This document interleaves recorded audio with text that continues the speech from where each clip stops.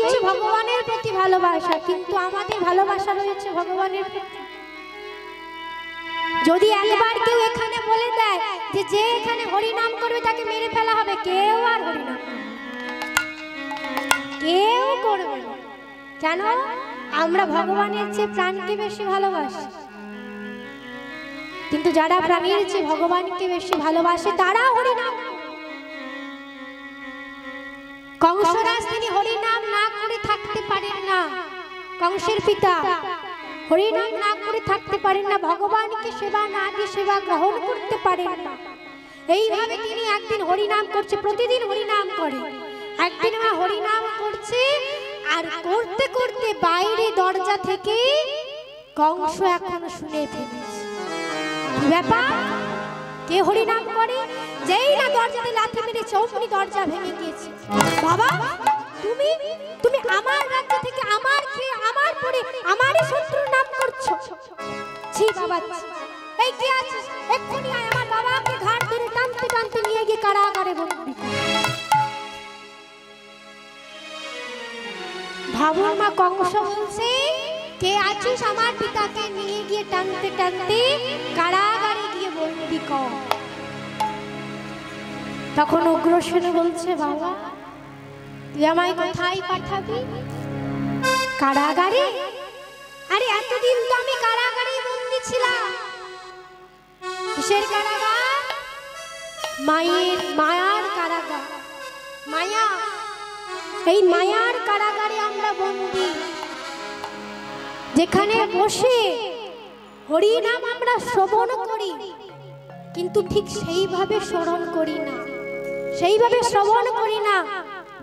হরি স্মরণে যায় কিন্তু স্মরণে যেতে পারি না।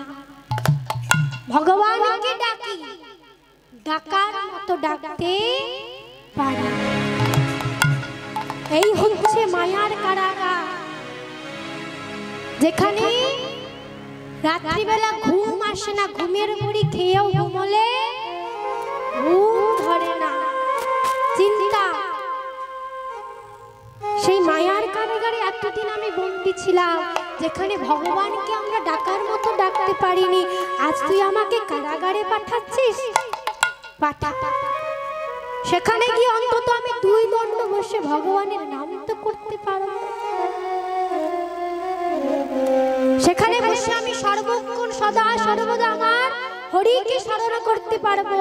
বাবারে, এতদিন তো আমি তোকে কিছুই দিতে পারিনি, কিন্তু তুই আজ আমায় যা দিলি সেই ঋণ আমি শোধ করতে পারবো। এখন যেই উগ্রসেন এই সব কথা বলছে, কংস বলছে বাবা বাবা নিশ্চয়ই পাগলা হয়ে গেছে, তাকে আমি কারাগারে পাঠাচ্ছি, সে বলছে যে আমি তার ভালো করছি, এ করছি সে করছি, নিশ্চয়ই পাগল হয়ে গেছে। আর এদিকে উগ্রসেনকে টানতে টানতে নিয়ে গিয়ে কারাগারে বন্দি করল। কারাগারে বসে সদা সর্বদা ভগবানকে ডাকছে, ভগবানের নাম করছে, কোনো চিন্তাই নেই, সদা সর্বদা হরি নাম করছে। আর এদিকে মা কংস রাজার রাজত্বে যত রাজ্যবাসী ছিল সবাই গভীর রাতে ভয়ে পালাতে শুরু করল। সবাই পালিয়ে যাচ্ছে। কেন কেন পালিয়ে যাচ্ছে? না সকলের মনে ভয়, রাজা যদি তার পিতা হরিনাম করেছে বলে তাকে যদি কারাগারে বন্দি করতে পারে, তাহলে আমাদের কি করবে? আমরা যদি ভুল করি আমাদের তাহলে কি করবে? না বাবা, এই রাজার রাজত্বে থাকার চেয়ে অন্য রাজত্বে চলে যাওয়া ভালো। সকলে পালাতে শুরু করেছে। আর যেই পালাতে শুরু করেছে, রাজার কর্মচারীরা জানতে পেরেছে যে সকলে ভয়ে রাত্রিবেলা করে চলে যাচ্ছে। তাই কংসের কাছে এসেছে, মহারাজ মহারাজ কি হয়েছে?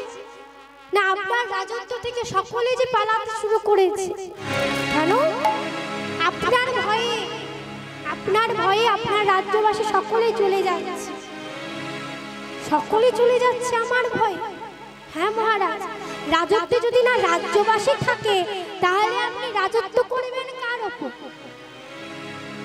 রাজ্যে রাজ্যবাসী না থাকলে রাজত্ব কার উপর করবে? তার জন্য তো রাজ্যবাসী দরকার, তাই সেই যদি না থাকে কার উপর রাজত্ব করবে? তাই কি করা যায়?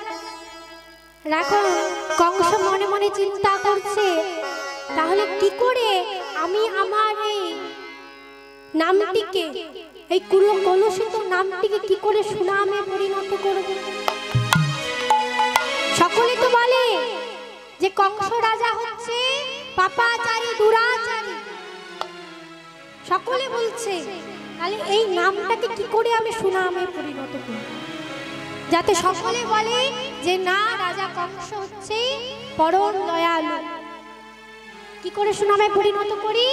না, মনে মনে চিন্তা করলেন, আমি যদি আমার বোন দেবকীকে বসুদেবের সঙ্গে বিবাহ দিতে পারি, তাহলে কেউ আর বলবে না রাজা কংস পাপাচারী, দুরাচারী। সকলে তখন কি বলবে? রাজা কংস হচ্ছে পরম বিষ্ণু ভক্ত। তাই সে বসুদেবের সঙ্গে নিজের বোনের বিবাহ দিয়েছে। তাই কি করেছে? আজ ঘটা করে নিজের বোনের সঙ্গে বসুদেবের বিবাহের আয়োজন করবে। মাগো দেবকী কিন্তু মাগো কংসের নিজের বোন, কংসের নিজের বোন নয়, কাকার মেয়ে। কংসের কাকার ছোট মেয়ে হচ্ছে দেবকী। দেবকী এতটাই ছোট যে কংস নিজেকে তাকে মেয়ের মতো ভালোবাসে। তাই আজ কংসের সঙ্গে বসুদেবের বিবাহের আয়োজন করেছে।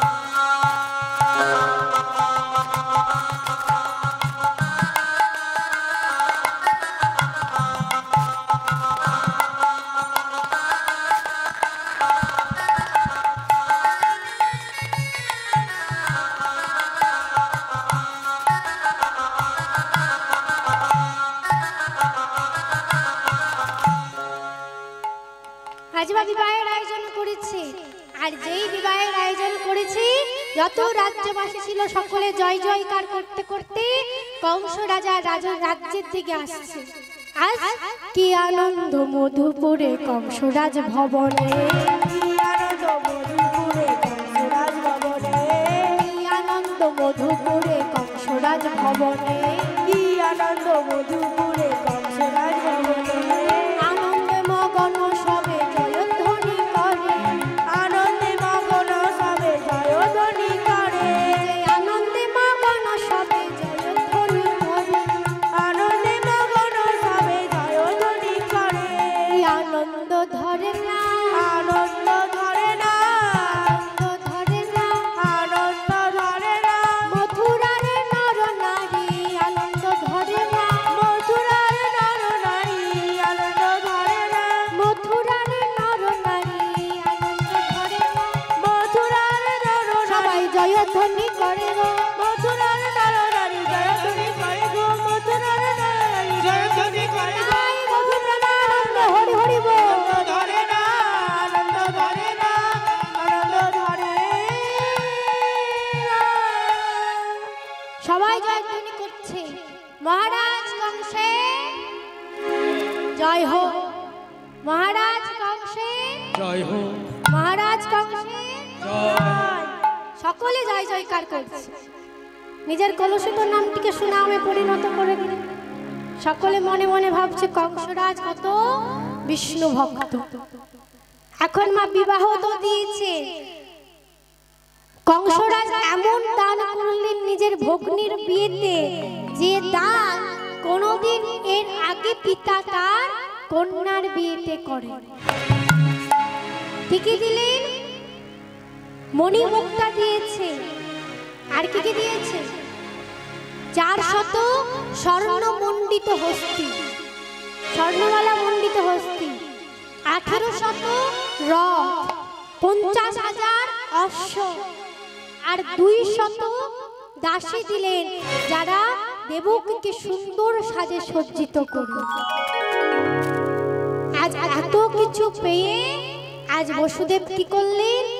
আজ বিবাহ করি বসুদেব আনন্দিত চিত্তে, বিবাহ করি বসুদেব আনন্দিত চিত্তে, বিবাহ করি বসুদেব আনন্দিত চিত্তে, বিবাহ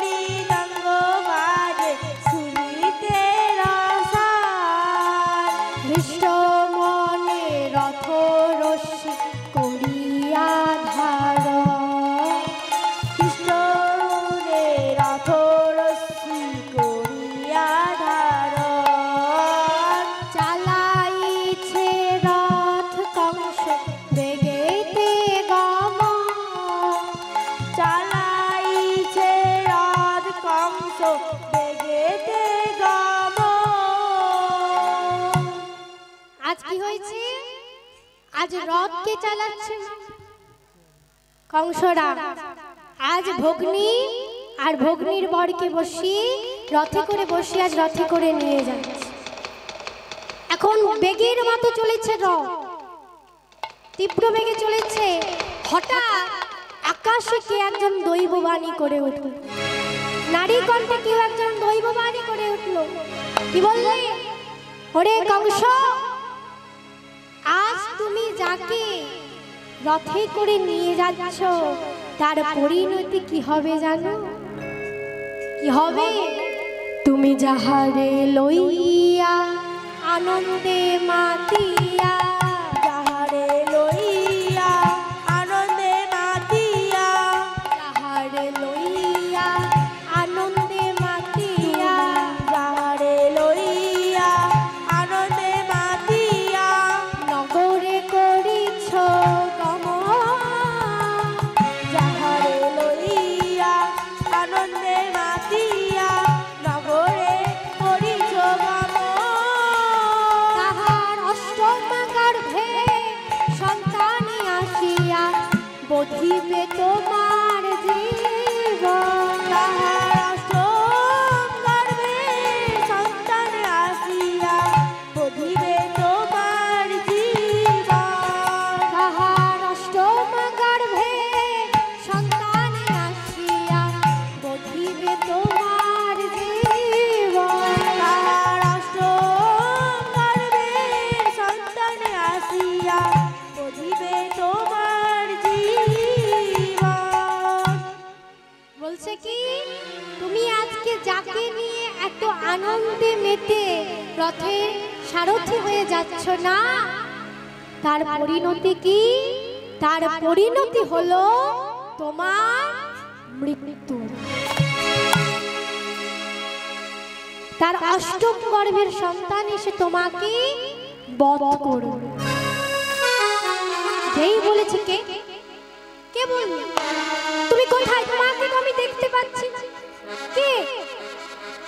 মহারাজ, আমি হলাম অশরীরী, আমাকে কেউ দেখতে পায় না, কিন্তু আমি যে আছি এটা সবাই এক বাক্যে স্বীকার করে। কে? শোনো শোনো নিয়তি, তুমি কি জানো না আমি হলাম মথুরাধিপতি কংস। আমি হলাম মথুরাধিপতি কংস। আমি কাউকে ভয় পাই না, পাপকেও ভয় পাই না, ধর্মকেও ভয় পাই না, কাউকে ভয় পাই না। আমি নিজের ভাগ্য নিজেই বিচার করি।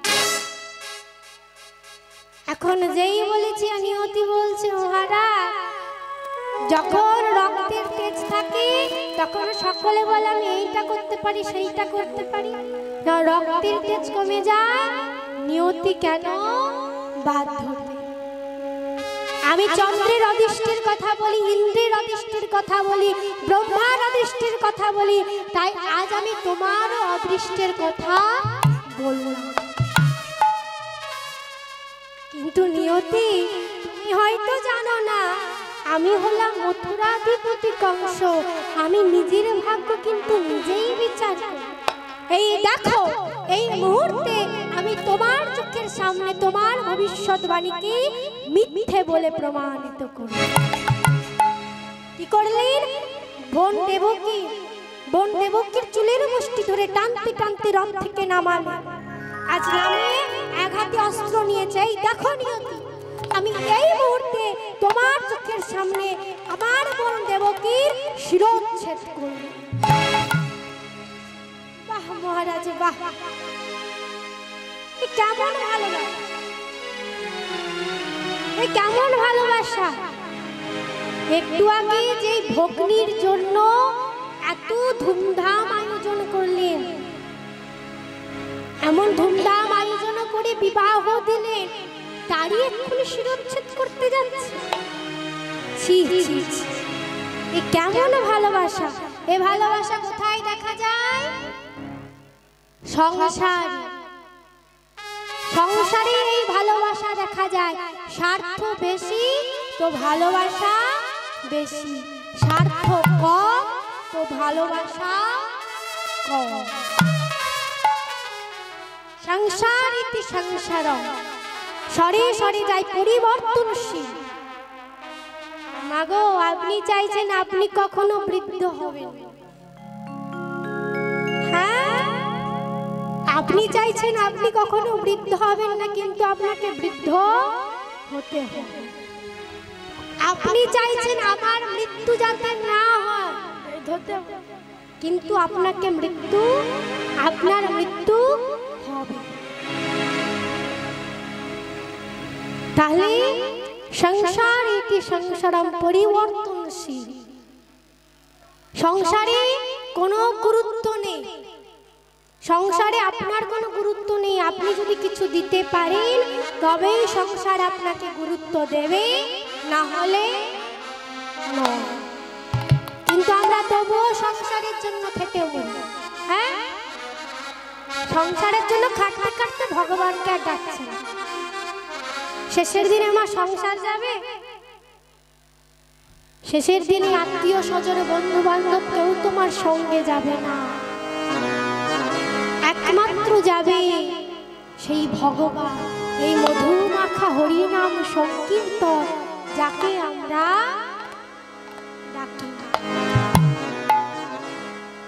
ডাকি।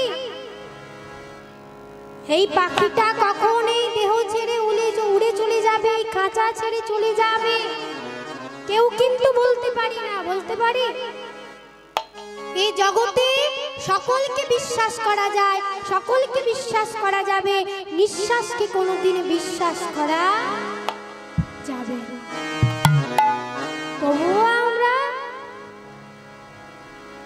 তবুও আমরা ডাকি না। খাঁচার ভিতর পাখি কেমনে আসে যায়, খাঁচার ভিতর পাখি কেমনে আসে যায়, এই খাঁচার ভিতর পাখি কেমনে আসে যায়, খাঁচার ভিতর পাখি কেমনে আসে যায়, তারে ধরতে পারলে মনো বেরি, ধরতে পারলে মনো বেরি, তারে ধরতে পারলে মনো বেরি, তারে ধরতে পারলে মনো বেরি, পিতা পাখির পা কেমনে আসে যায়, খাঁচার ভিতর চাই গৌর প্রমাণ পাখি কেমনে আসে যায়, খাঁচার ভিতর অচিন পাখি কেমনে আসে যায়।